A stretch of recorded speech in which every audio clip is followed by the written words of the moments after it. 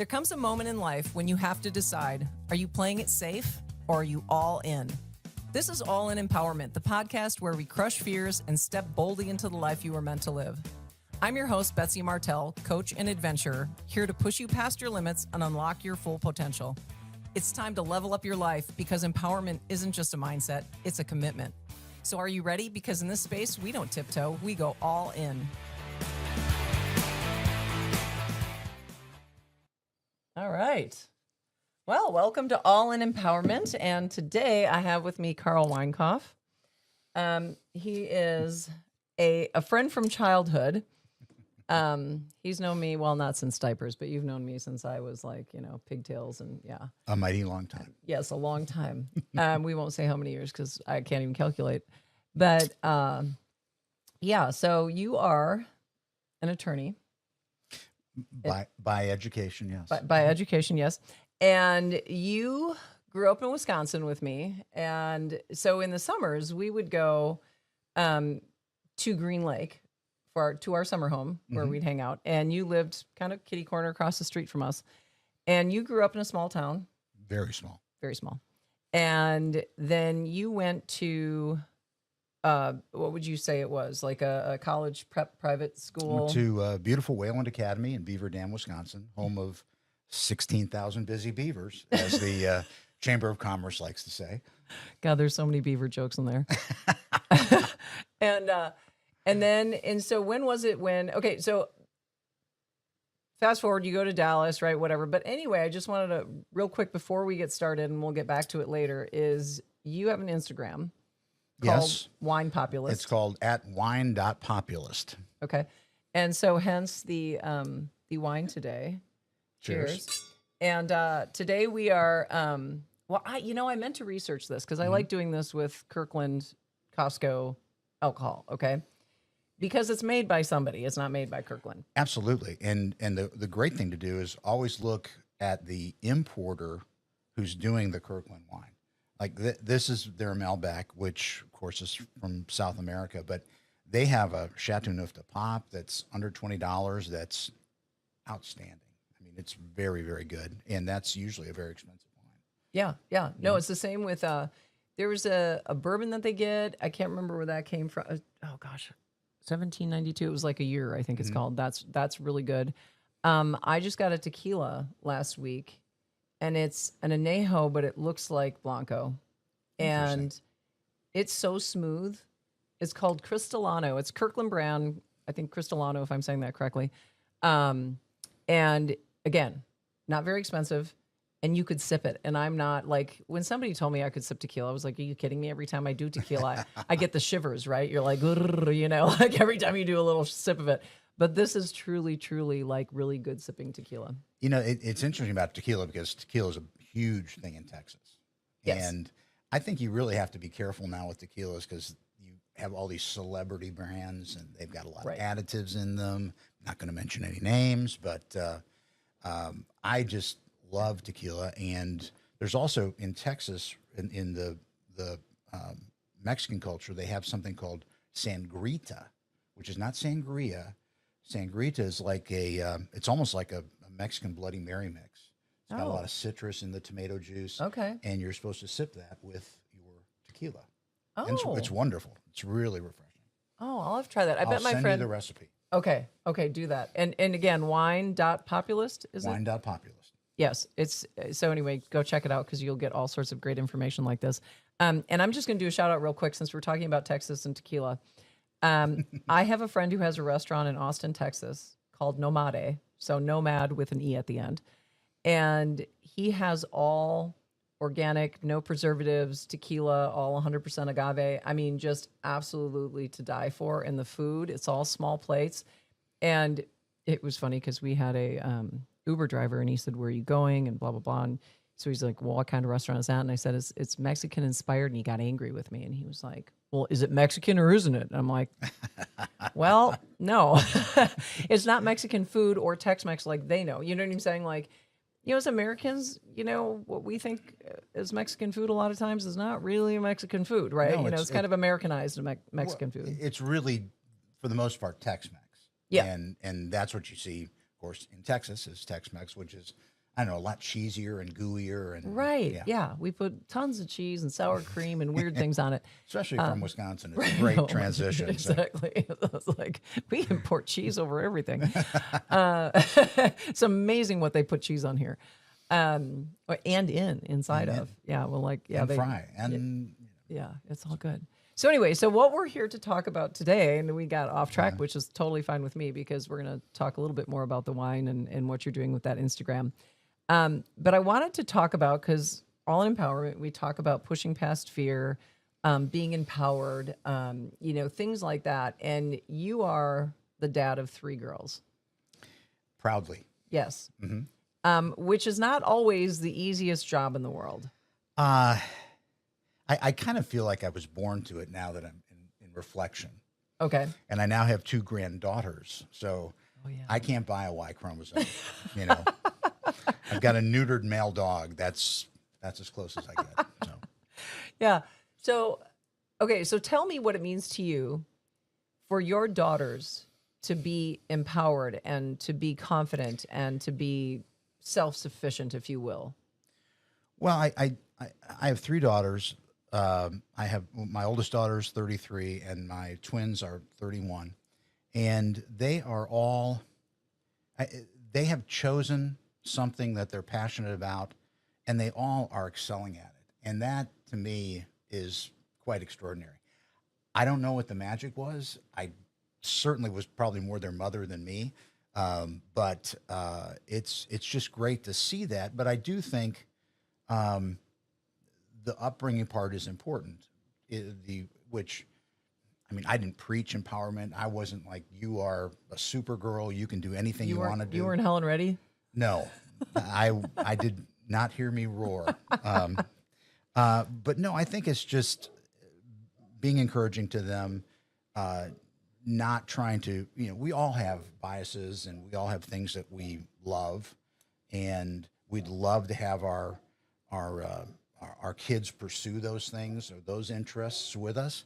Thank God none of them wanted to go to law school. My wife and I are both attorneys, and we were just so thankful nobody wanted to go to law school and chose that career path. But my oldest daughter is probably the greatest mother I've ever seen, and that she has some licensures to do stock trading and securities, and she is a great mom, and that is her chosen profession. And by golly, she's so good at it. It's humbling to me. Another daughter is in her residency being a OBGYN. And the third daughter works for McKinsey & Company, the big international consulting firm, and she's killing it. I mean, the great thing about COVID was we got to sit at home and hear her talking on the phone to people, and I'm like, you are a badass. I'm sorry. It's amazing. So they've all pursued very different paths, and looking at them now, they've all been really very successsul at it. And I don't know if I answered your question. I'm sorry. No, I'm going to follow up. Don't worry, because I'm relentless that way. So tell me, because you're still close with them, yes? Very, yeah. Okay. So what is it that you think you did? What influence, what way of being do you think it was that really allowed them to not only excel, but also to have a relationship with you? Because, that's that father-daughter relationship traditionally, let's go just back to mine, which as you know, I grew up in kind of a wonky family, but my dad basically was like, honey, you should be a secretary and find a husband, right? Mm-hmm. When I was about to go to grad school, that was his, message to me. Bravo there. Thank you, Bob. Yeah. Great idea. So what do you think, like, your way of being or how you interacted with them, or, what would you say you think you did along the way? Definitely put them before my career. Sorry, I almost misspoke. Yep. That was a big thing. I mean, I don't think I missed a soccer game or a ballet recital or a softball game or a soccer game. I mean, a play. That showing up, I think, was incredibly important, to know that you cared about them and you were going to be there for them. I think giving them that sense of safety. Yes. And this is something, it was very interesting that my wife had her father, lovely, lovely man. I just truly admired my father-in-law, very gracious man, but he was very stiff guy, and he wasn't affectionate. And when we got married and we were about to have our first child, my wife said, "You've got to be, you've got to be affectionate with them, because if they don't get affection from you, they will go seeking male affection from someone or somewhere they shouldn't be." That's so wise. Oh my gosh, yeah. So that was really touched my heart, and well, you've known me a long, long time. That's the way I am anyway. Right. I mean, Yes. I'm a hugger, so what can I say? Yeah. But Well, and here's the thing though, you can be super affectionate as a dad, but if you don't show up, it doesn't mean anything. true. That's If very you true. only show up when it's convenient for you or when you can look like the hero, they know that. They get it, you know? So you were there, you know, and I know you wanted to be there, right? Oh yes, But we very all much. we all have to admit there were times when trying to fit it in was not convenient. It wasn't easy, you know, and you had to rearrange some things, right? But the point is you really wanted to be there, so you made it happen, you know? Sure, I mean, absolutely. I used to have people say to me, you know, oh, I can't believe, you know, on Mother's Day, you have to go to your son's soccer tournament. Why would they have a soccer tournament on Mother's Day? Which totally does beg the question, why would they Right. do that? Okay. But I was like, no, I love being there for my son. Like I would never miss any of their games or, you know, it used to kill me because, you know, with 4 kids all being in activities, Right. there were times that I couldn't be in 2 places at once. And it's really hard. You know, it's like, I want to watch them all play their sports. I want to, you know, but I think they're, you know, and it's not that mothers aren't guilty of this, but I think men get off the hook easier because they can say, well, I have a job, I have it. Don't you agree? I would agree with that. I just think, I mean, I know men who have daughters that it's still so foreign to them. I mean, what do I do with this little thing? And Right. I can't braid hair. I don't know what a scrunchie is. I don't know what a kitten heel is. I do now. What the heck is a kitten heel? That's the little tiny heel in the shoe where it's not a high heel. It's a kitten heel. Little. Oh, Yeah. see, I know what a mule is, and I don't mean the animal. I mean shoe? The shoe. Okay, that one I knew. Okay, I was gonna go drink, but I was like, like a vodka mule. No, not Moscow. We're not, yeah, we're not yeah. going there. Yeah, I mean, it is true because I have to say that even as a woman, like I wasn't a very girly girl growing up. I was a little bit more on the tomboyish side, right? And so when my girls came along, it was a little bit different for me. You know, I had the 2 boys first, and that to me was easy. And the girls came along, and I was like, okay, I can do this girl thing, you know, whatever. As they became teenagers, it drove me crazy. I used to say to them, like, stop sitting in the basement with your friends and talking about your feelings. My God, go out and do something, you know? Yeah, and then it was funny because my one daughter, so the first 3 played sports. And so that was really easy for me. I grew up playing sports, right in my wheelhouse. What sport do you want to play? Let's go figure it out, you know? My 4th didn't really take to sports. So then I literally would ask people, I'm like, now what do I do? Yeah. And they're like, did you try music? I'm like, we did. It didn't work. And then I put her in like an acting class. And then what else did we try? I can't remember, you know, all sorts of different things. And I even tried different sports, right? Because I'm like, okay, I get that you don't like full contact soccer. Okay, let's play tennis, you know. Nope. Yeah, I tried all of it. And it was very frustrating for me because when you don't know how to connect with a child, it's really, really frustrating. You know, I mean, there was things that we did together, like baking and things like that. But Sure. I wanted her to be out doing something and being social and making friends, and you know that's that community you get from sports and things like that. Oh, I agree wholeheartedly. But, you know, the problem is not all kids, I mean, like my twins, one was a captain of the soccer team and one was a beautiful ballerina. So here are these identical twins with these drastically different interests. And you just have to celebrate whatever they're into. I mean, they may be a great coder, or they may be a great graphic artist. I mean, I enjoyed art tremendously, but I didn't have a daughter that had that same appreciation. I was not. Look at me. I was, if I played basketball, there's not a lot of sunlight that ever hit the bottom of my shoes. So it was, you just sort of have to sample through that stuff until they find something they're passionate about. And it may be so foreign to you. I remember the daughter that's a doctor, trying to help her with her homework. And, I was an English major. And I'm looking at this going, chemistry going, what? The chemistry book going, oh. And yeah, I think we better get you a tutor. And we did. And so now she's a doctor. But I think that it's important to just cycle through those things. And they're kids. They don't, they're going to feel their way and find their way. But you can't try to, I see a lot of parents just try and force their kids into something that they have no interest, no passion. And your child's going to be passionate about something. Yeah. Hopefully it's not looking at their phone all the time, but they're going to be passionate about something. Yeah. And I think that you have to be very patient about that, really. Yeah. Yeah. Well, my youngest, who wasn't interested in sports, I found that she would bring me, she was little, and she would, you can hear all the stuff printing out. Oh my God, I went through so many ink cartridges. But she would print out a book report. So say the book report was on a porcupine. So it was all the facts of a porcupine and pictures of porcupines, and that's where all the ink cartridges went to. And she would bring it to me, and she would show it to me, and it would be, 3, 4, 5 pages, whatever it was, right? Because I think she was like maybe second or third grade at the time. And so I said to her, so is everybody picking a different animal in your class to do a report on? And she goes, oh no, I just did this.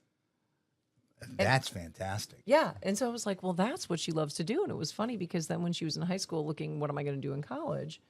I said to her, well, I see you as being a writer or a researcher of some sort, or, something like that. Right. And so she went to school, and in high school, she chose the health sciences portion of the school. What do you call that when you have a magnet? Yeah, kind of like school. that. Yeah. And so, anyway, so that's what she chose, and kind of stuck with that path and said, I'm going to do, some kind of, she wanted to do pharmaceutical research, right? And so she was going to stick with that. And I think she was majoring in biochemistry or something like that at the time. And she found that wasn't for her, and she got out of it, and she went into something. And now she's in journalism, which I think is so funny. And she's actually considering law. Because again, she loved that research. She loves the writing, the research, the reading about everything, And so she's kind of found her way back to where she started when she was little. And it's so funny if you pay attention, Very much so. I mean, I think that's really, really true. But, also I think it's important that you do find something that you have in common with them. Yes. And all my girls love music. One is a lovely pianist, but the others aren't musicians, but they love and appreciate music. And that was always, we had, dance parties, and just my wife and the girls, and just, the typical dance like no one's watching. Right. And that was always incredibly fun. And so I do think it's important to let your child find what their passion is, but at the same time, you do need to have some common ground with them, that there's something that you can both be passionate about. I saw a picture recently of a friend of mine. Her dad had passed away, and she posted this lovely picture of she and her dad fly fishing, and trying to connect with one of my daughters, I bought her a fly rod, and I bought myself a fly rod, and I said, let's learn how to do this together. We haven't made great strides, but we've got the gear, and we're ready to go. And I think, I don't know, I'm not sure she has the patience for fly fishing, but it's something we can do together. Even the memories of learning it together, because I'm sure there's got to be some funny moments that'll come out of that, right? Yeah. I haven't even tried fly fishing yet, because I imagine myself getting completely tangled up in the line, and So I'm like, I'll just stick to casting and, reeling in. Well, the first time we went, we're at Green Lake and we're casting, and the entire reel falls off a rod into the water. And thank goodness there was still some line left on the rod, and I had to unline the whole reel, and then so Yeah. first attempt was not great, Well, but funny and right, great right. story. Right, and that's something you always connect on. Like, my son played volleyball and would travel around the United States playing volleyball, and people would say to me, like, I can't believe you spend all that money and you spend all that time, and but it was the time that I got to travel with him alone, and the simple things, like we have funny stories about going through the airport or being caught in traffic in LA, or you know what I'm saying, whatever it is, there's that experience that you have together, and it's nice to also be able to find time with just one child at a time instead of always, doing group activities, because you really get to know them. I think they appreciate that attention. But when you were talking before, you make, again, going back to even making the effort, right? Even if you choose wrong, it doesn't matter to them. You made the effort, right? Sure. And they know, wow, dad made an effort to try to do something with me, to connect with me, to spend time with me, to get to know me. And that's huge confidence booster for girls.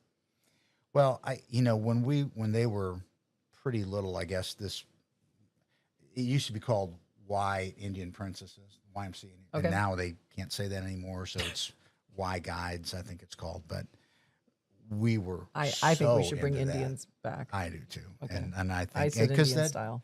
I mean, I've got a lot of cultural appropriation photos of me with full headdress and the buffalo horns and all that stuff. I do have to say, just real quick on that subject, and I'm probably going to get a lot of people mad at me, but don't we choose mascots because we think of them as being strong and brave? And absolutely, it's a compliment, right? To name somebody, yeah, and yeah.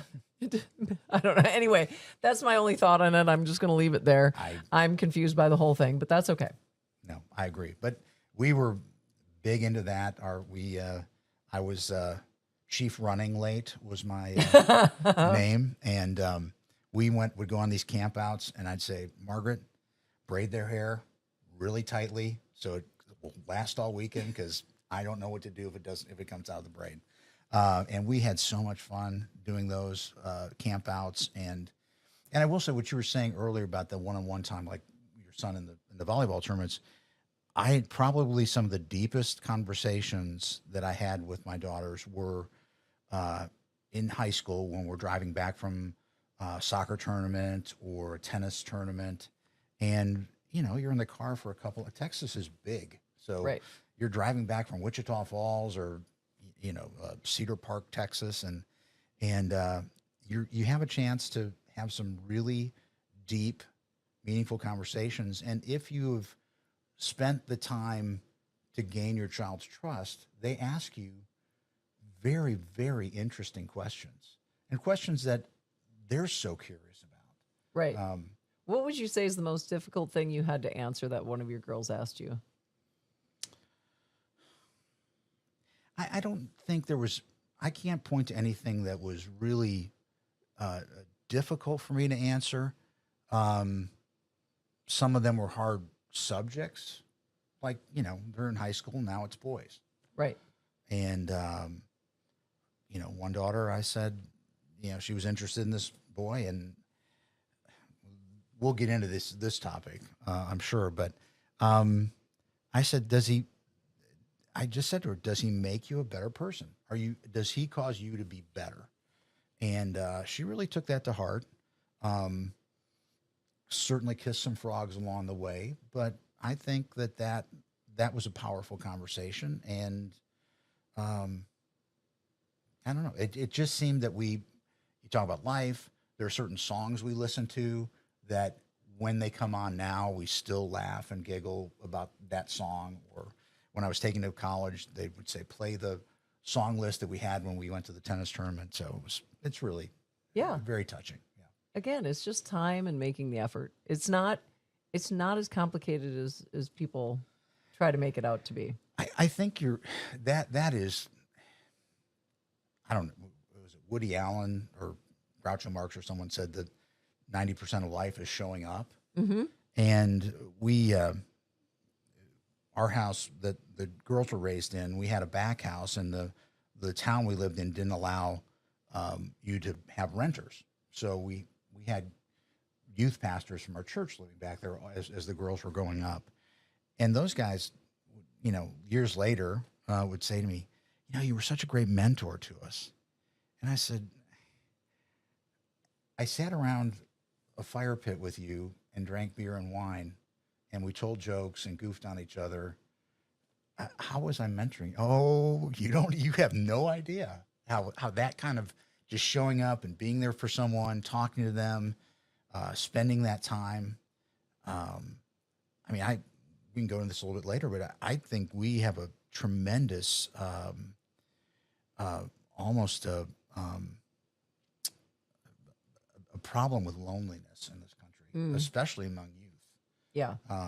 And so that I think that showing up has become all that more important, an epidemic of loneliness. Yeah. And, it's very sad because, we're not, you're younger than I certainly, but, we went out and there was much more, community and ran in packs and. Right. Well, because you had to. You didn't Yeah. have social media. You didn't have cell phones. And so you had to connect with people and sit down and talk or, even go and get in trouble together, whatever it was, but you were making that connection. Oh, yeah. And I say that all the time. It's, if you make an effort to make a connection with somebody, it's amazing what can happen. I heard a man I admire a lot. He was giving a talk, and he said, everybody is looking for someone who's looking for them. And I thought that was really kind of powerful. Yeah. If you think about it, I think it's very true. It is. And we have so many.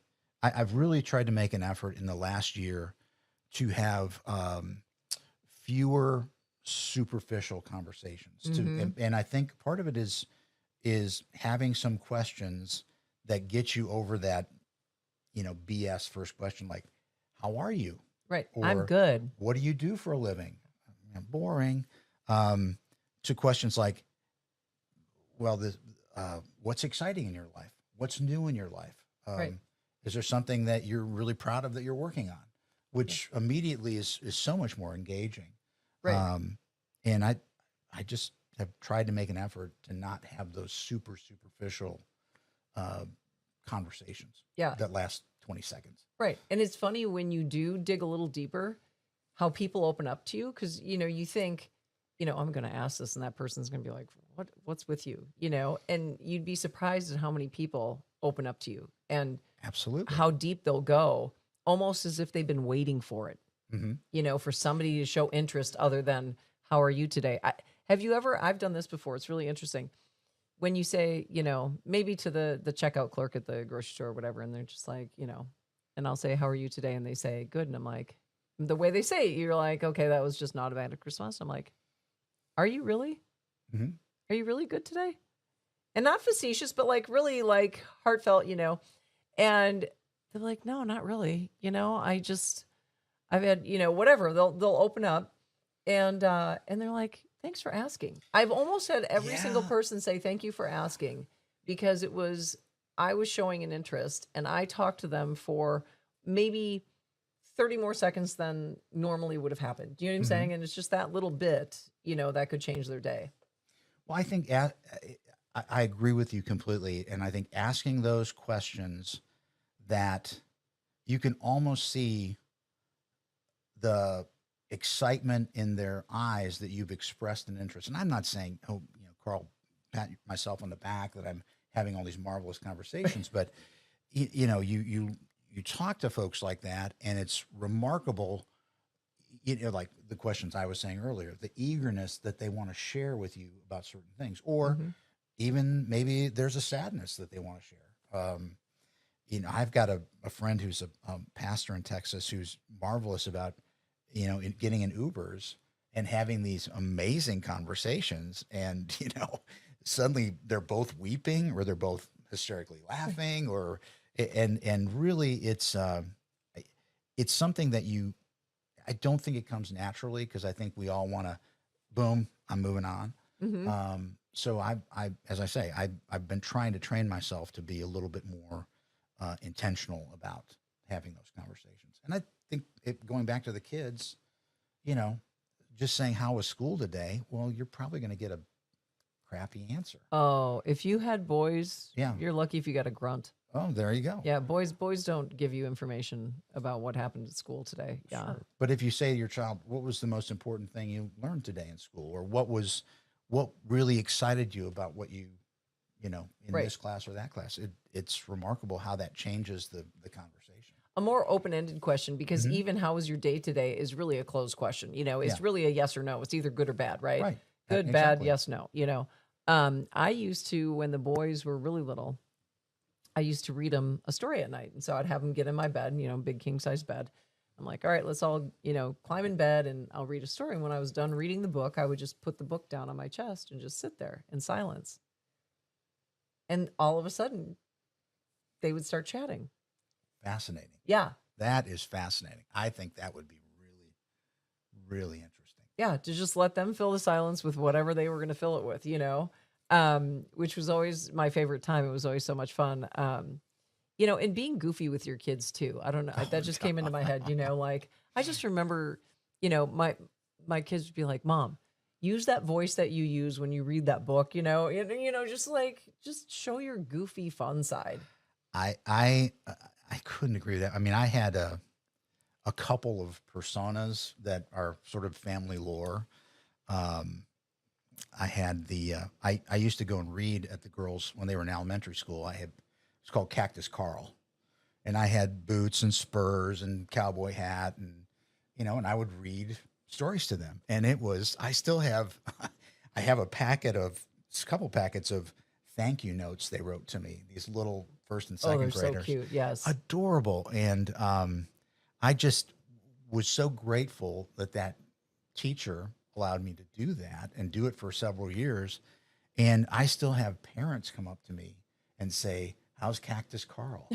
And that was 25 years ago. Okay, so were your parents like this? Did you have grandparents? Like, where do you think your whole personality and, being able to connect with your daughters, I mean, was that modeled to you, or was it something that you consciously, said, I'm going to do that? How would you say that came about? That's interesting because I was just up visiting my mom in my little hometown, and we were talking a lot about that. She was recently at a high school classmate of mine funeral, and he and I had been close when we were younger and aren't close at all now. But he walked up to my mom and hugged her and he said, "You were the best mom in Green Lake." And so I think I had that model where, you love everybody, you don't know what's going on at this kid's house. So I mean, she let you come to our house all the time, which was not a smart choice on her part. But well, we all parental omissions. Yes, I've certainly been guilty of that. Ignorance is bliss. Yeah. So, but I mean, we didn't have a lot of rules at our house. It was, one was we had to say good when we came home. We had to say goodnight, and sometimes I remember falling into the bathroom counter, knocking over everything, coming home one night and missing the door frame but To steady yeah, yourself. we'll talk in the morning. Yeah. Was Now my is not the mother's time. response. Yeah. And my dad was very fun loving. And so he was kind of a goofball. Things about my dad that I've spent my whole life trying to avoid being like him. But really was a could be a goofball. Like we would be on a trip and he'd be jumping on the bed and acting like a monkey, and then the bed would break and we'd have to slink out in the morning. And, so just kind of things like that. So I think the kind of maybe the playful side, but the loving, I'm going to love everybody. I'm not going to judge people. I think that's definitely my mom in spades. And Yeah. she was a very, very warm and welcoming. And I know a lot of kids in town that they they feel that way about her. And from my sister's friends to my brother's friends to my friends, and it's interesting too because she said to me a couple years ago, I don't think I've really done anything. And I said, Mom, when people are coming up to you and saying you're the best mom in Green Lake in this whole town, I mean, who has that? Who has a reputation like that? Right. That's extraordinary. And she was just being. That's why she doesn't get it. You know what I'm saying? Yeah. She was just her way of being, and she didn't like try too hard to do anything. It's like they didn't read parenting books back then. No. There was no Dr. Spock or anything like that. You went with your gut and maybe what you learned from your parents. Now, what would you say though? Speaking of that, what would you say to people that are sitting here listening, going, "Well, yeah, I didn't have the greatest mom in my town, and my dad wasn't goofy and fun," and what would you say to those people that struggled with parental modeling, if you will, and what they're going to do? How are they going to now become good parents? Well, I do think that there, and this is something that I think I've not taken enough advantage of in my life, and that is there is always someone who you look at and think she's the best mom in town. Yep. And maybe it's not your mom. Maybe you lost your mom. Maybe your folks are divorced. But there's always someone that you can admire and look up to, and no matter what it is, whether it's parenting or anything else in your life, it's not just, I think you look for that mentor to be your parent coach, just like you would, if you wanted to be a great golfer, you'd look for a golf coach. Yeah. And I do think those people are out there, and it's always amazing to me when you ask people for help. I think it's really kind of shocking to me always how much people do want to help you, how much people are just waiting there to help you. Yeah. And if you are vulnerable enough to say, I just don't get this, or I'm struggling with this, or I want to be better at this. Even if you think you're okay at it, I want to be better at this, and you seek that person out, you'd be amazed at the response and the. Isn't it funny, the stories we make up in our head that this person isn't going to want to help me because they're going to be too busy or, whatever. Okay. Right. And we make up these stories as to why we don't ask for help. Some of it is ego. I don't want to ask for help because then I look weak, whatever it is. But think about when somebody asks you for help, what a compliment it is to you. Wow, they came to me to ask me for help. And you're all willing to help them, right? Absolutely. But yet you don't see it the other way when it's time for you to ask help, you know? That's very true. It's so crazy how we do that, and how we make up these stories. And what's the worst thing that could happen? They could say no. Right. Why is it that we are so crushed by the word no? I mean, I almost feel like we should look at our toddlers and just say no even more than we have to so that they just get immune to it, No, no, no, no, no, no. No, I'm kidding. We should not do that. But we're kind of crushed by the word no. I always, growing up, I said, oh, your personality, you'd be a great salesperson. Well, I went to law school because I didn't like the rejection of sales. I mean, I really didn't. Yeah. And so I do think that is a big issue. But I think if you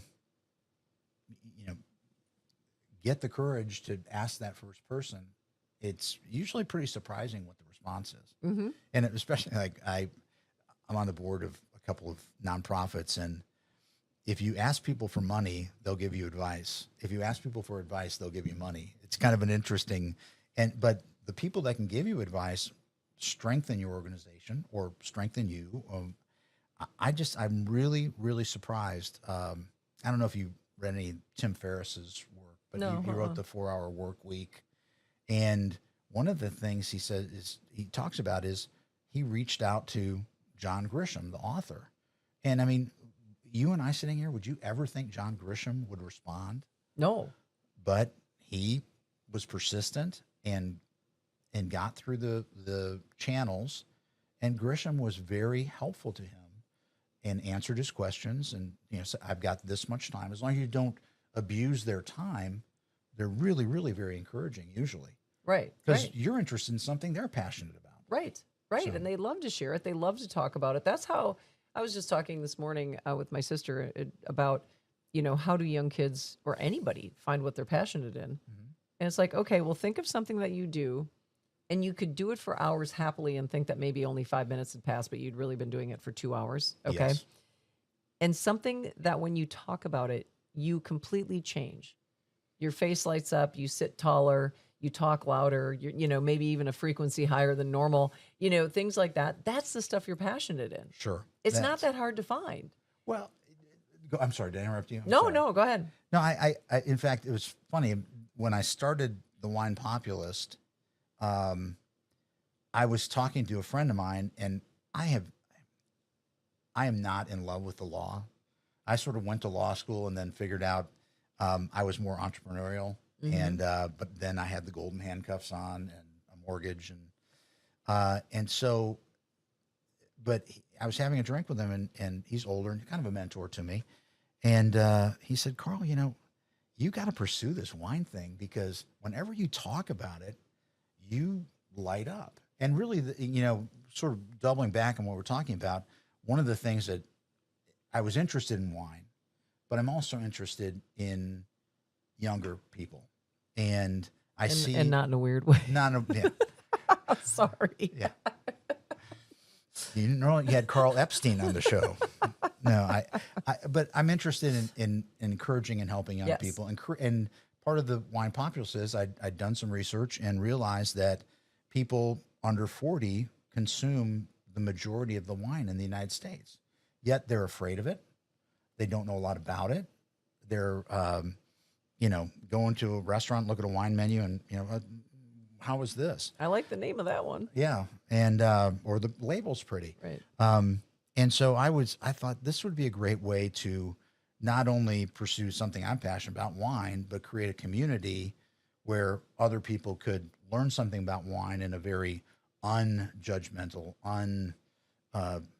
dunning, wine snobby, Right. Well, and I think that's why people are afraid of it is because you do have those wine snobs out there that look down their nose, and I literally, this is the extent of my wine knowledge, which usually works out pretty good. Mm-hmm. If you know good regions for the varietal, okay, so Malbec, Argentina, okay, Marlboro Valley is going to be a good Sauvignon Blanc. You know what I'm saying? Like, if you know just regions for the varietal, you can at least get part of the way there. I agree. And what you're saying about the wine snobs is very funny because years and years ago, I was going to a wedding in Chicago, and the friend I was staying with, there was a wine store on the first floor of their building. And I walked in there having a wine tasting. My friend said, let's go down and taste some wine. And I taste this wine, and I'm just completely, blowing garbage. Going, oh, wow, this wine it's chewy but flowing, but it has that certain je ne sais quoi. And the wine store guy goes, that's it. Oh, my gosh. And I was like, I'm totally blowing smoke up your skirt. And oh, my gosh. It was, I had to turn away because I was laughing. And anyway, so that's. So, okay. So when wine snobs do this, right? Mm-hmm. And they watch like the legs come down, or what do we call those? Legs. Okay.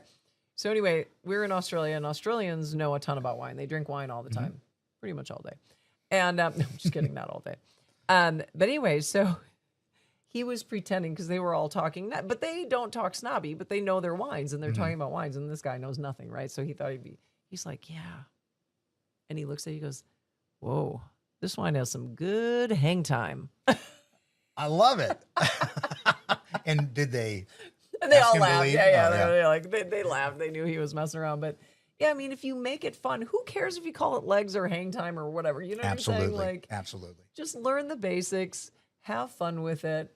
I like to do a little thing where if the label has the description, it's got, notes of black cherry and citrus and all that stuff, right? They don't read it. Right. And That's try correct. to guess, like everybody go around the table and they have to guess one of the flavors on there, or, and I think that's so much fun. I would say to people who are interested in learning more about wine, there is a wonderful book called Wine Folly. Wine Folly. Okay. And it's written by a woman named Madeline Paquette, who is Wait, what's her name? Madeline Oh, Madeline. Okay. Paquette. Paquette. Okay. And she's a somm. And this book is, okay, here's how they make wine in a very, it's interesting about the way they make wine. And then the center part of the book is all these grape varietals and so you can kind of understand. And she says, well, if you drink a Malbec from France which is a big part of what might be in a Bordeaux blend, Okay. versus a Malbec like you'd have it labeled from South America, here's the difference in the taste you might get. And then at the end of it, she goes region by region and talks about the great wines from those regions. I think it's thick. It's not something you read cover to cover, but if someone brings you an unusual wine, like a Greek wine that you've never had, well, you can look it up and say, okay, this makes sense. Yeah. And, Yeah. That's cool. And I know I'm not going to like it if it's this or that, and I know I like it if it's this or that. So Right. You could take the huge book with you to the restaurant and, be. well, I usually I consult it a lot. It's a great bit of information. So Yeah. No, and that's very digestible. So you don't have to. Right. Yeah, it's not. Yeah. I know what you're saying. It's easy to read and not Very much so. not like super complicated. It's more of a reference book than a book that you would read. Right. You're all not the way going to through. become a sommelier after you're done No. looking through it. Okay. And do you want to? No. No, me neither. Well, when I want to be snobby someday. But You you could know- be the fun sommelier, though. I could be, but there's a restaurant in Dallas. This guy, I'm You I'm could old be enough. Cactus Carl, the sommelier. Oh yeah, there you go. Hey, folks. Howdy. There's a guy that is a sommelier at a restaurant in Dallas, and he is like, do you remember the old comedian Rip Torn? Yeah, Rip Torn, right? Wasn't it? Or was Rip Torn the actor? I can't remember. He's the guy that was very flamboyant, big handlebar mustache, threw confetti everywhere. Yeah. This sommelier is like that. I mean, he comes to your table and you're like, oh, this is going to be fun. Right. And really it's a great sommelier. But yeah, I think being fun like that, but I think you should drink wine you like. And if you like sweeter wines, drink sweeter wines if you like them. That's not my palate. But don't be afraid to say, I like that. I don't like that. That's why they make different wines. Right. So that everybody can find something that they like. Well, and I really encourage people to, there's maybe 20 grapes that everybody drinks, 20 varietals, they say in the wine world, Malbec, Chardonnay, Cabernet. And I like kind of venturing out because a lot of those wines are less expensive and there really are some tremendous values and they're good. Like there's a Spanish white wine called Albarino, which has got a real minerality, almost a saltiness because the wine region's near the ocean. Okay. And that's just a great wine. It's, but that's not a grape that everybody really thinks about. Right. So this one, speaking of price, I think was between $8 and $10. Right. For a bottle.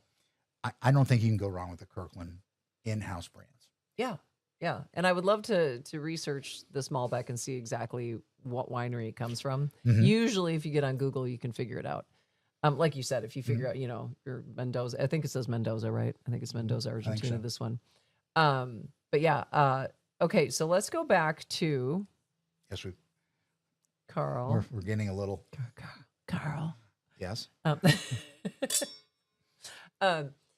Let's go back to you became an attorney. You're not in love with it. You're some years old right now. Mm-hmm. And okay, now on the last podcast, I asked the guy how old he was, only because he does Ironman competitions. Wow. And he's like, I can't believe he's like, I can't believe you just asked me how old it was. And I'm like, you should be proud of your age. He's 67. He started doing Ironman when he was 57. Well, as I said to you the other day, I mean, that guy really stole my thunder because that's me all day long is the Ironman stuff. And I look so good in the Speedo too, the swim competition. In fact, I probably still have some shadow of the number on my arm from my last one. Oh, yeah. Because you're out in the sun for so long. I mean, swimming every day like I do. Yeah. Right, yeah. No. Okay, so you're something years old. I'll And tell you how old I am if you want to know. Yeah. I just turned 66 last week. Oh, fantastic. I did. Happy birthday. I missed your birthday. I should have. Okay. You're lucky I'm here. So you didn't miss your birthday, I take it? No. Celebrated it? The fact that you didn't remember my birthday, I see what you're saying. So yes. hurt. Yes, so hurt. I know. I've been moping for Have you? 10 days now. So I'm glad you got over it. I am too. Well, you had to lure me with wine, so because your mom taught you to love everyone no matter what. No matter if they remember your birthday or not. So this next chapter of your life, what do you want it to look like? I want to play the game. If you could just quit your job right now. Thank you for not playing FU. Oh, why? Is that a game? No. No. If you, much more fun game. I don't know. The other game sounded kind of funny. So if you were to quit your job right now, okay, what would you do? If I were, would money not be an issue? Correct. I would start something that kind of merged Wine Populist with more live events where young people could come. I've been piddling around with this idea for, 6 or 7 years called Talks on Tap, where young people can come. When I say young people, I mean, Gen Z, Gen Y, whatever. I can't tell the difference, I don't quite even frankly. know what they are anymore, but yeah. And I would have them come and hear an interesting short talk and then build community around that. And hopefully it would become popular enough where I could take that to other cities, where this became a safe place to have conversations, to meet people your own age, to talk about things without feeling self-conscious or feel like there was going to be retribution. Like that's a stupid question. Right. And because I do think, particularly, I don't think people our age realize some of the stuff that's going on social media. And I'm sorry, we could not have shared a glass of wine or a bottle of wine over our phones.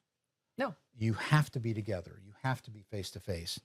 And I worry that we're just, some of the humanity, we're losing our humanity in a lot of ways. Yes. And there are so many things that just crush and crumble, people's souls out there. We make it easier to hate people. Yeah. Because when you can social distance yourself, you can stand on your high horse because you didn't get to know that person, right? You just get to judge them on whatever their political view is or whatever it is, right? And you're allowed to just judge them because they're not with you. Do you know how hard that is to do when you're actually face to face getting to know somebody and really realizing that they share a lot of the same experiences, a lot of the same fears that you do. Absolutely. And you can connect on that. And then all of a sudden, it's a little hard to hate you now, right? Very much so. Very much so. And I do think that those opportunities, we had a lot more of those opportunities to be in face-to-face situations. I don't think those exist as much anymore. And I would love to see something happen along those lines where there was a place where people could come and get to know other people, no phones, just except to exchange numbers. So do you like see like a certain avatar, if you will, a certain profile of a person, or is it just anyone? Like, do you really want to reach out to say like young men or, young professionals, or is there anything that you have in your mind that you think that you would really like, one population that you'd really like to reach out to? I think it's more the age group Okay. than the gender. Than the gender or background or anything like that? Right. Okay. Although I will say, whenever you complain about something, you just volunteered. Have you had that experience in your life? Yes. And I was on the board of a organization in Dallas that it's a philanthropic organization, but part of what they do is they have. It's not. What do I want to say? It's not. They have duchesses and escorts, but it's not a coming out party. It's not a debutante party. They raise money for the school district that my kids went to, and they've raised a lot of money over the years. And I was on the board, and my daughters go through this, and I had one of my daughters, the young man who was escorting her, was being a bit of a turd. And I went up to him and I said, "This is not acceptable." And I went to the other people on the board and I said, we really should do a better job of making sure that these young men understand what their job is and why, this is something that benefits their community. They're going to meet, fathers who, eventually may be hiring them. And so I have now given, I think for the last 10 or 12 years, a talk on manners and it's white tie and tails. So how do you wear your white tie and tails? Why is this important? Why are manners important, and what manners should you use? Do's and don'ts for being an escort. And I can see that it is a lot different than Cactus Carl, but it's been and the moms just love it. Thank you for telling my son this. He knew these things. I think manners are incredibly important. That's honestly one of the things that I'm very thankful for that my folks made a real big deal about. Yes. Yeah. Shake their hand. It's a firm grip. Look them in the eye. Stand when a woman comes to the table. Stand Yes. when a woman leaves the table. Hold the door. All those things are you can call it chivalry. I just call it manners, and I think manners are incredibly important. And it's not sexist. Oh my Lord in heaven. Can we get over that? Yes. It's like you said, it's manners and it's respect.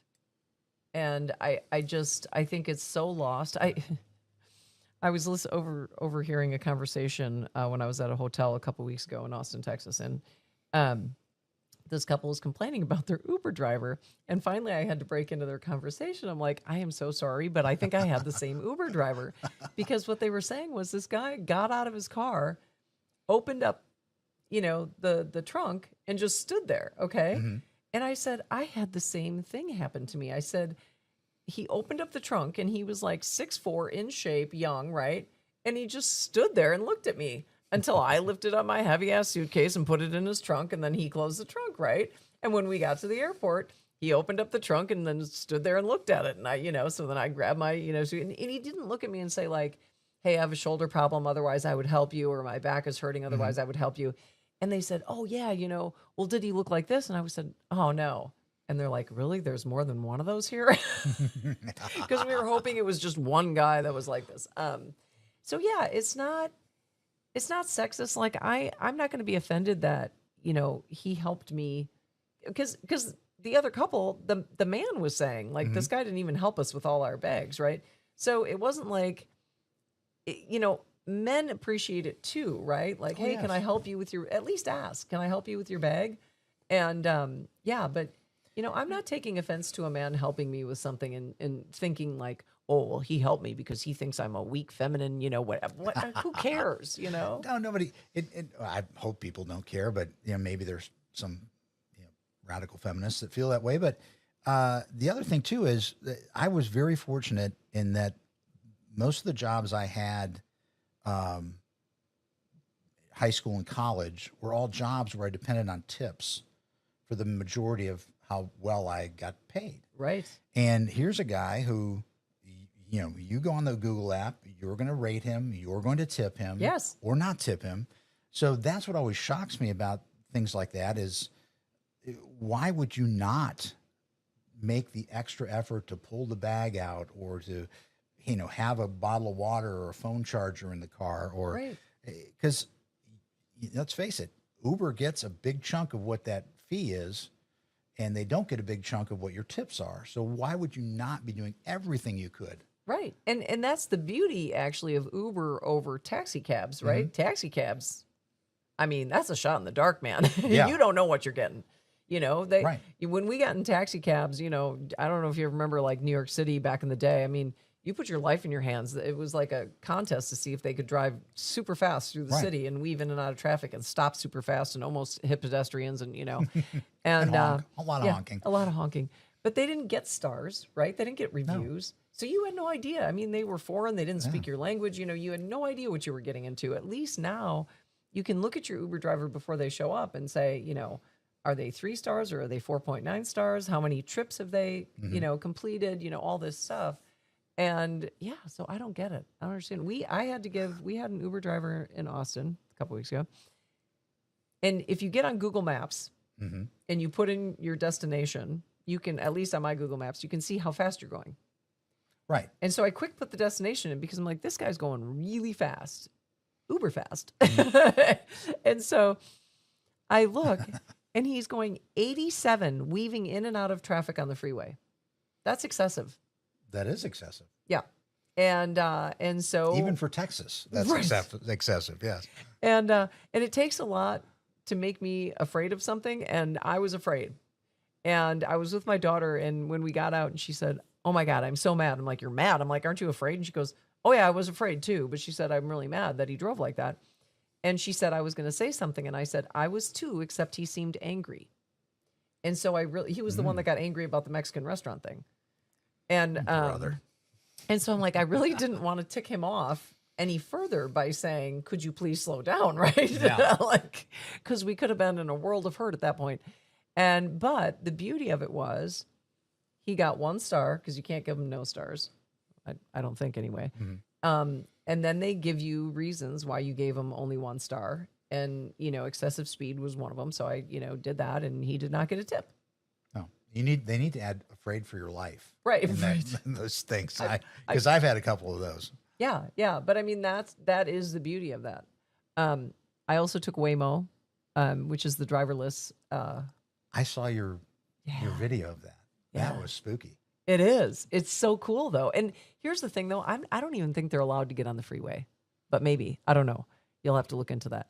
But it wasn't as scary as I thought it was going to be. So it was weird for sure. It's like living in the future for sure. But the Jetsons. Right. Well, then sorry, I'm dating myself there. Oh no, totally the Jetsons. So on the top of the car, there's this little, light thing that spins around, and it has your initials. So when you see the car coming down the road, it has BM for Betsy Martell. So that's your Waymo, right? And then when you get in the Waymo, it says, "Well, hello, Betsy, welcome," and it's kind of weird. But, and then they prep you for the first time you get in a Waymo, they prep you and they say, "We cannot hear you. So go ahead and sing to your heart's content." But basically saying like, don't talk to us because we can't hear you. Also, and then you believed that? Yeah. Well, everybody can hear everything we're saying. I know. And then they tell you we've got cameras inside the car, so we see what you're doing, But they do have a button for support, and if you press that, an actual person answers the phone. Interesting. I had to use that because when I got in, just like Uber, you put in your destination address, and so my destination address was like 1100 Kingsbury or something like that. And when I got in, she said, "We're going to 1518 State Street," or something. I'm like, "Wait, what?" And she takes off, right? And I'm like, "Yeah, that's how do we fix that?" Yeah, I'm like, "Yeah, that's not the address."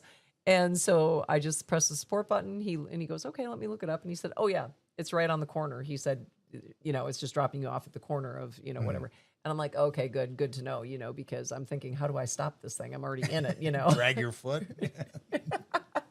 I think you can request it to pull over. Interesting. Yeah.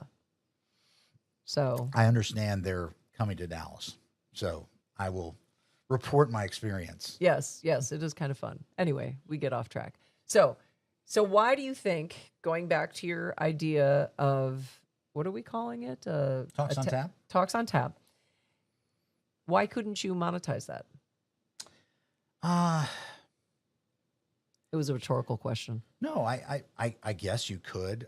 That wasn't really my impetus for doing it. Was not that. It was more for the creating community for people who I think are starved for it, Right. or find it difficult to have opportunities to create that. So that was really my impetus. I don't. I'm sure you could at some point in time. Because this has a huge, you're doing it because it's going to have a huge value to the people that participate. So if it has a huge value for them, it's okay that you get paid for it. And it's okay that you get paid for your passion. It's okay. I don't disagree. Yeah. And so I think a lot of times, we all get stuck in this, well, I do this because I want to, because it's, it's my passion. I shouldn't, people shouldn't pay me for this because I'm having too much fun or, whatever. But without you, these people wouldn't have it. Right? True. And what do they get out of a $5, $6, $12 Starbucks? Nothing. Bad coffee. Sorry. Starbucks. Sorry. No, it's okay. Are they a sponsor? No, I don't know which podcast it was, what episode it was, but I have already said that I don't like their coffee, and I realized, I think I actually say, well, they're never going to be a sponsor. Yeah, I don't care for their coffee either. So, yeah. I'm more of a tea drinker anyway. You probably didn't know that about me.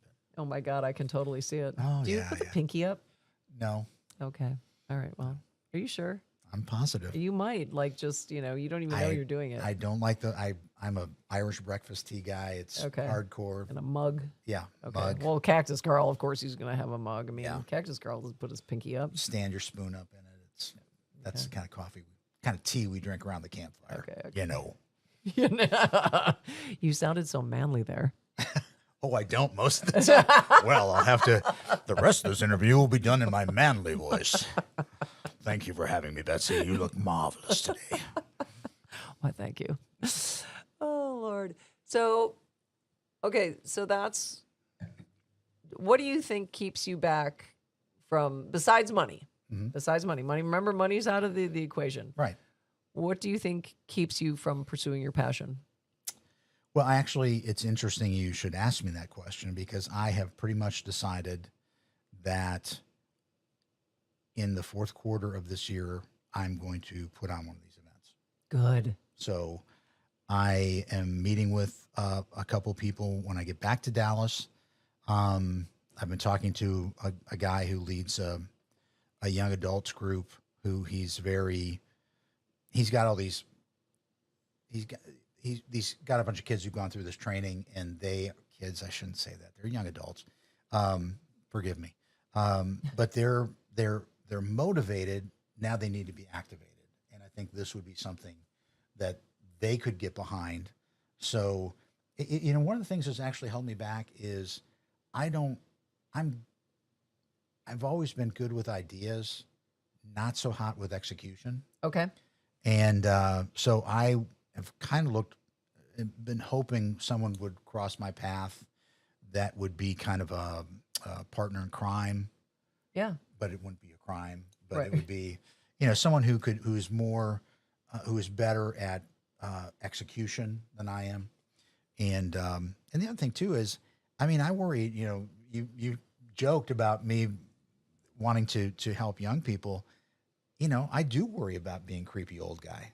That is and it's probably a foolish fear.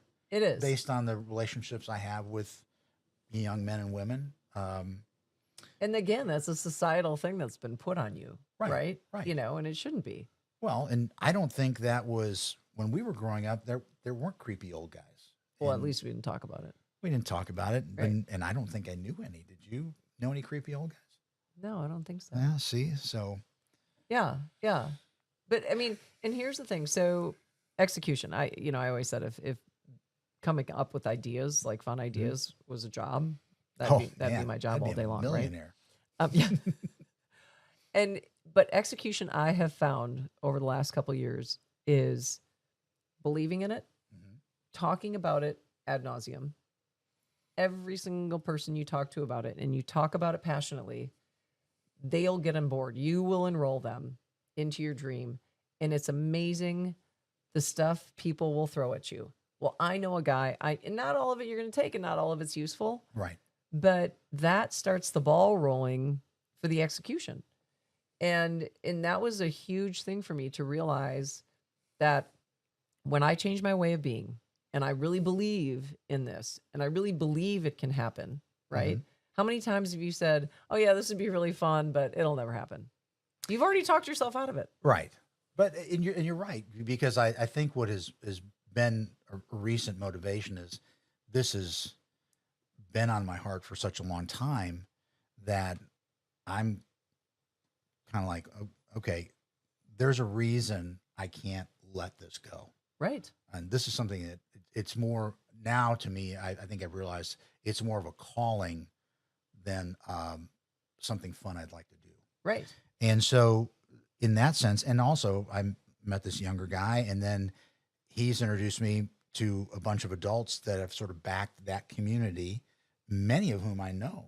And I was, I know this is going to shock you. I was working out the other morning, and one of the guys that's on his backing him said, hey, I hear you're interested in blah, blah, blah. And I said, wow, thank you. He goes, well, we'd like to help in whatever way we can. I was like, wow, this is kind of starting to gain some purchase.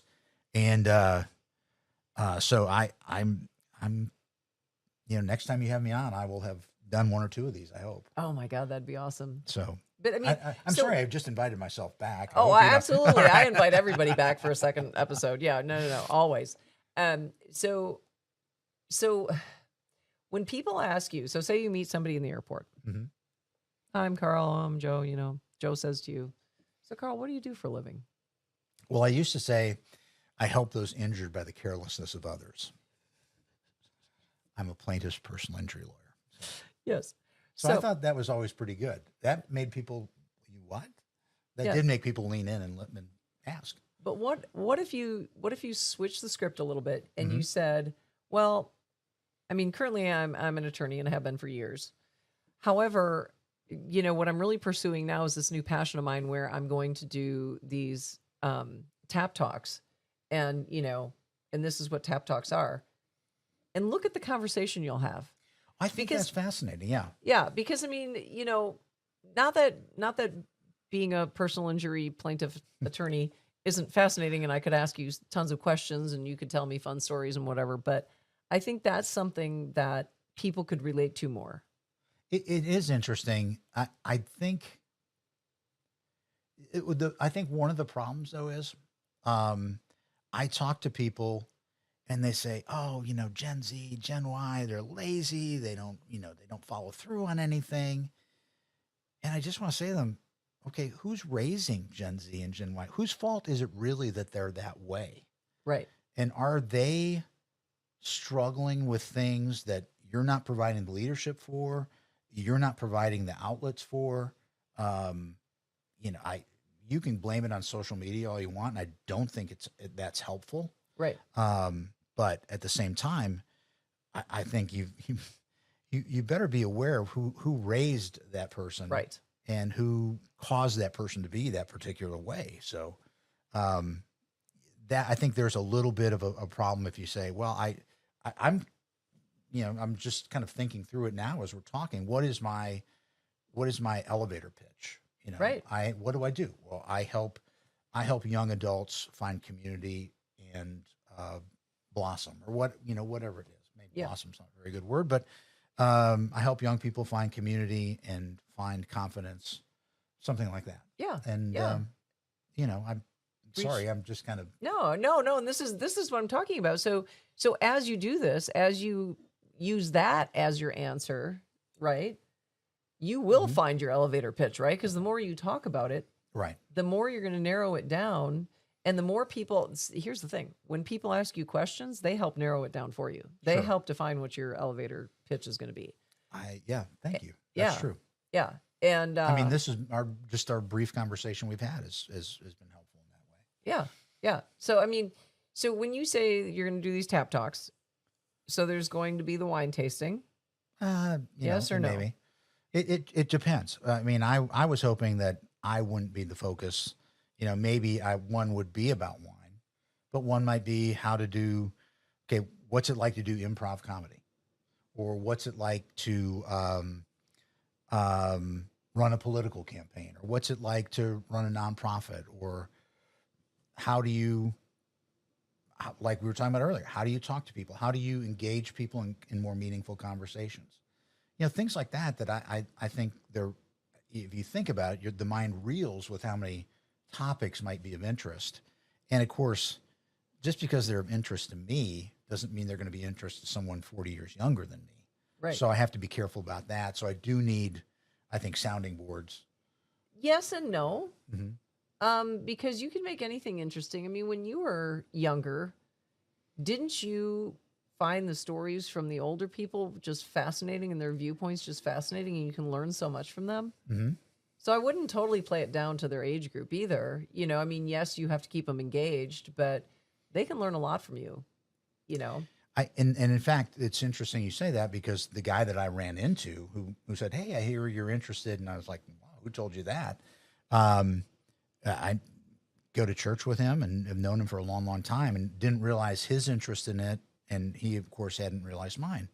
And he said, "I will tell you, I'm going to tell you right now, there are young men and women who are really hungry for that kind of someone our age to be involved in their lives, and, let them know it's going to be okay, and let them know that the world's not falling apart." And that's a huge thing. Yeah. That is a huge thing, because that's all we hear now, mm-hmm. especially after just going through a pandemic, which we're not going to get on that subject matter. No, but I mean, that was definitely the sky is falling, Right. bullshit. That, there were a lot of people, young and old, that came out of that with anxiety and fear and, just absolutely terrible disservice to. And it wasn't, it was, Betsy, was actually before that.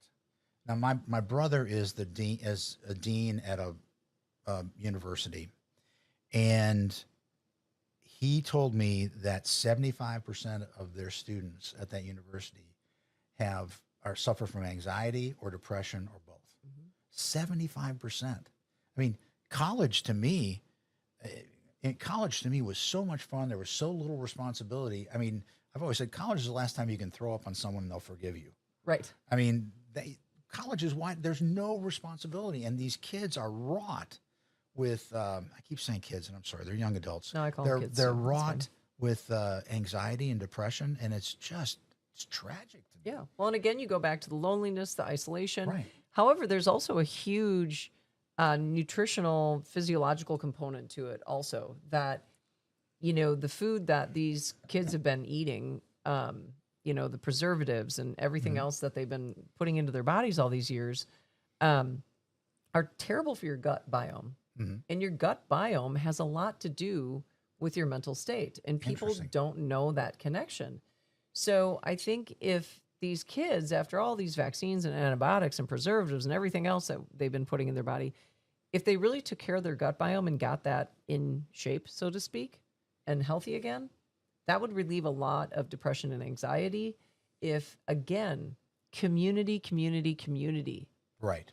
is huge for that, and I don't mean online community. I mean, like you said, face to face. That face to face, getting to know people, getting that connection, really just diving into curiosity about that person, and that person feeling like, wow, you really heard me. You really are relating to me.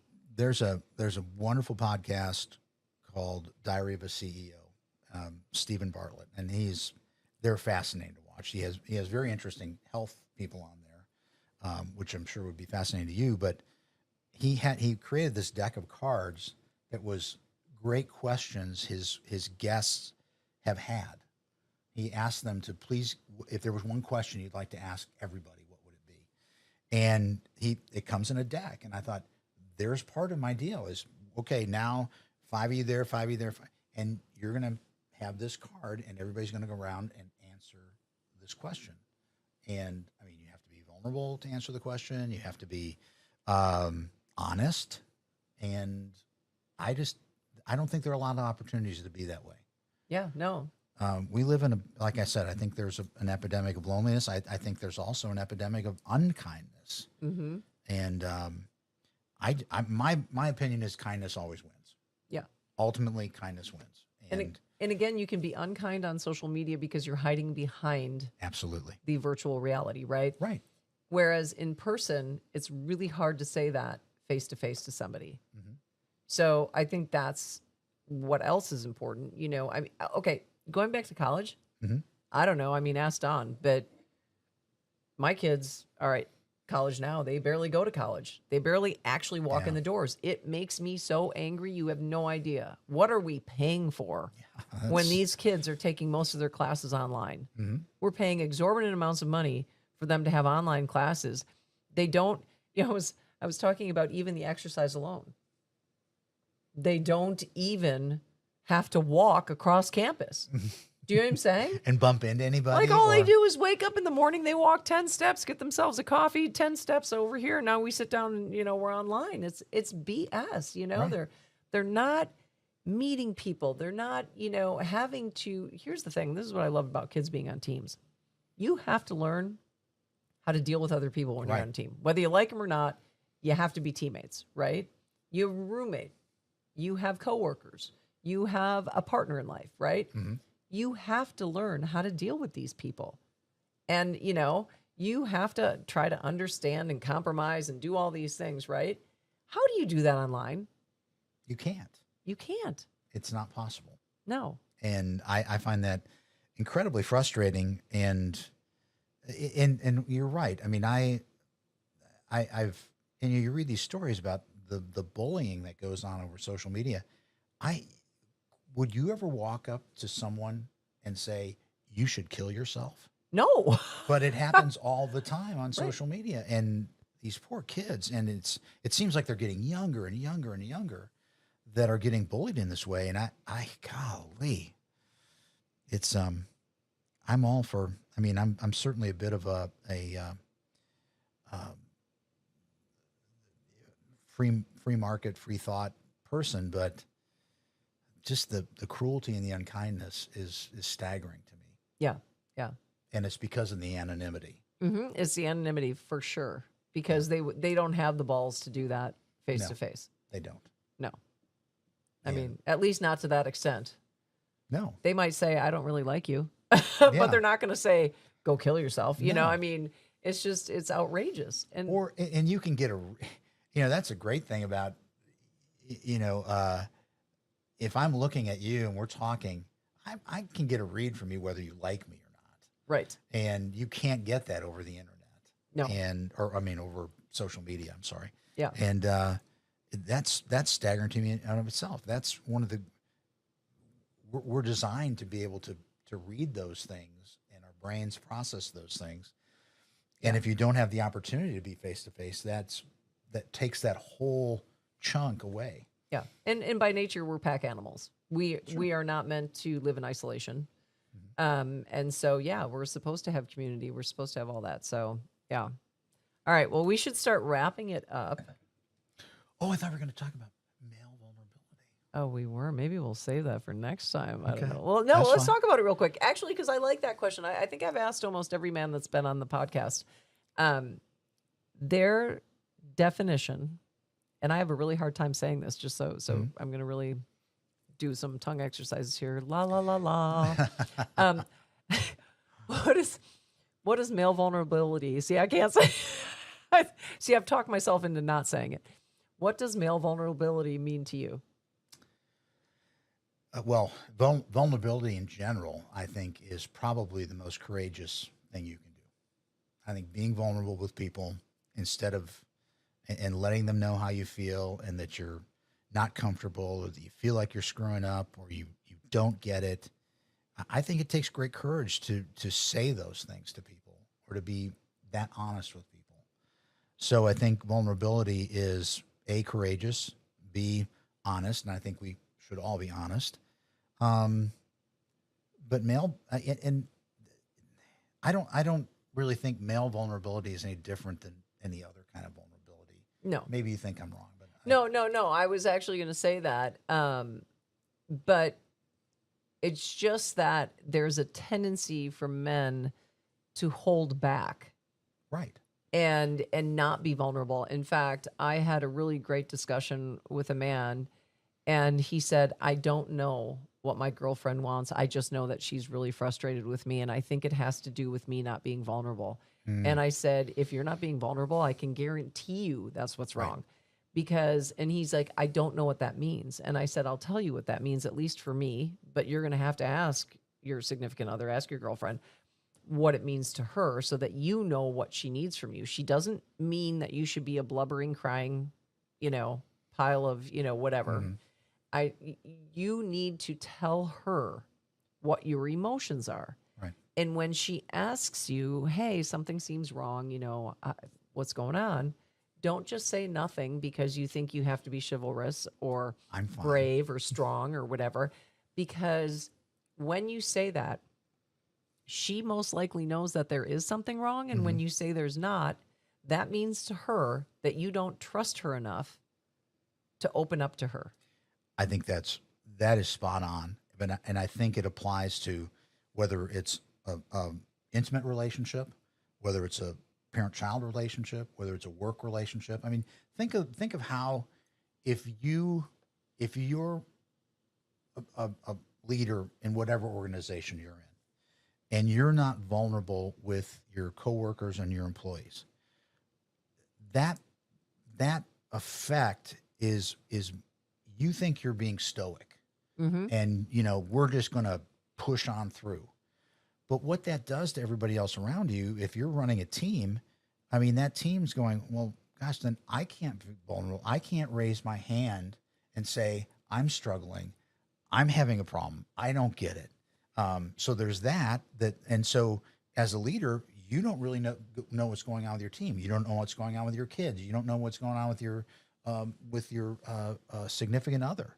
And so you may think that there's short term gain by being this stoic, nothing's going to pierce this armor person. But honestly, I think it's incredibly harmful uh, to your relationships. If people around you don't feel they can, if you're not vulnerable to them or express vulnerability to them, they don't feel they can be vulnerable with you. Right. And I just think they're going to be hiding things from you, and that can be, suddenly there's a note on the door. Sorry, I'm leaving. Right. Right. Or I'm quitting, or I'm whatever. Right. Right. Or yeah. Because So you don't have that mutual respect, you don't have that trust, you don't have that comfort. mhm. Right? It sounds crazy, but there's comfort in actually knowing what that person is feeling. When I'm always trying to have to guess what you're feeling or what you know or don't know, it's exhausting, number one, Right. right?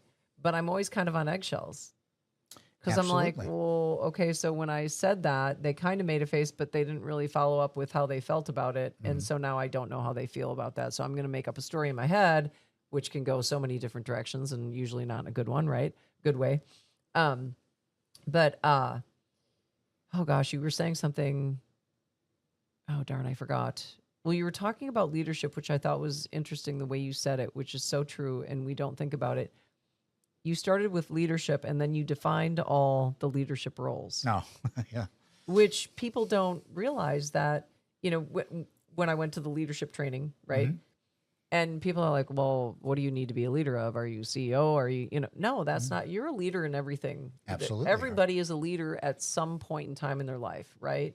So, like you said, maybe it's because you're the boss, but maybe it's just that you're a mom or, you're a friend or whatever. But if you're leading the way and you're leading yourself, that's what you need to be in leadership Mhm. for. Well, and look at the flip side is you don't know what's going on with those you're leading if you're not vulnerable. You don't know when they're having problems. But the other thing too is if you express that you're struggling with this or that, well, maybe somebody has the answer that you've been looking for. So it's a double whammy not being vulnerable.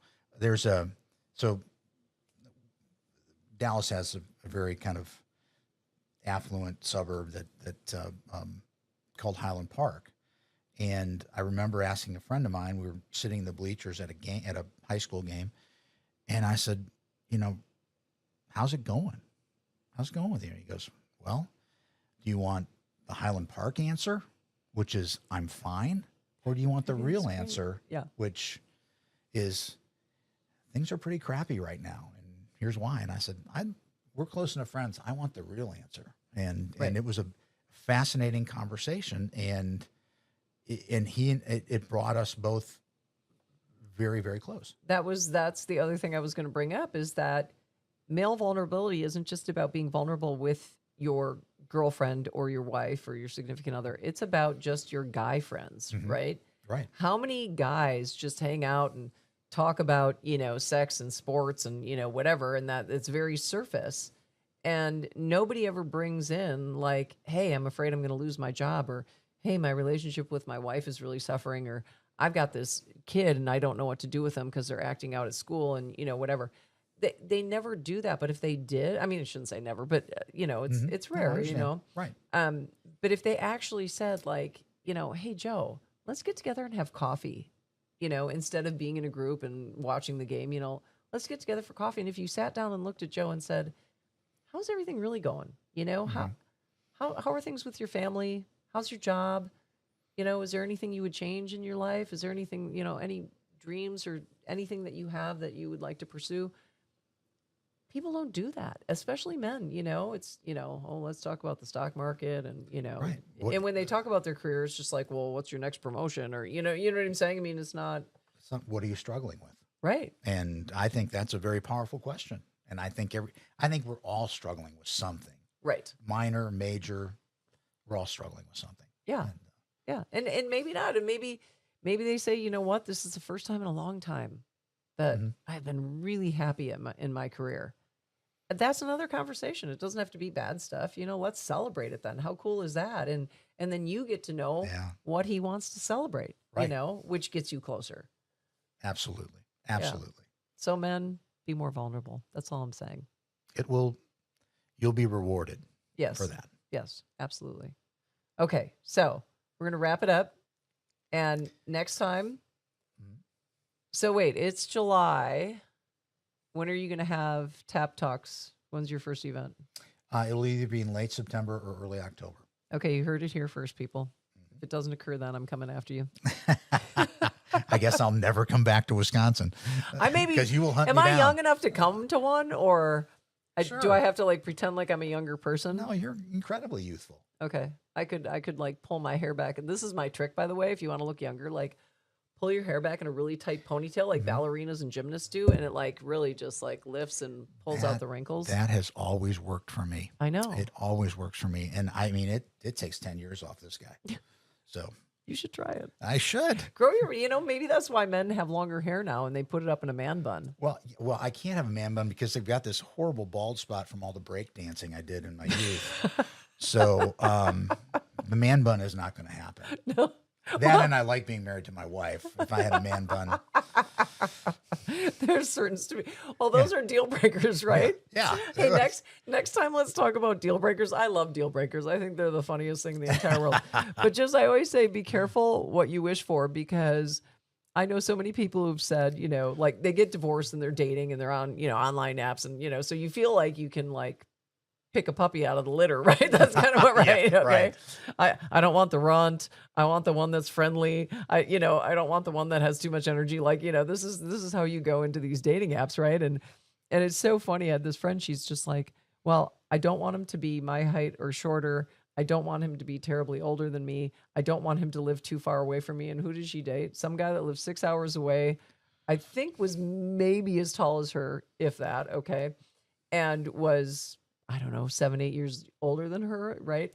And I was laughing. I'm like, see, just be careful what you say, Right, because, I mean, that we used to call that geographically undesirable when I was dating. Right. She's geographically undesirable, so. But they did eventually break up. Okay. So she was maybe right. Yeah. But, I think it's funny how you have to be careful what you wish for, because when you say, I don't want that, that's exactly what happens.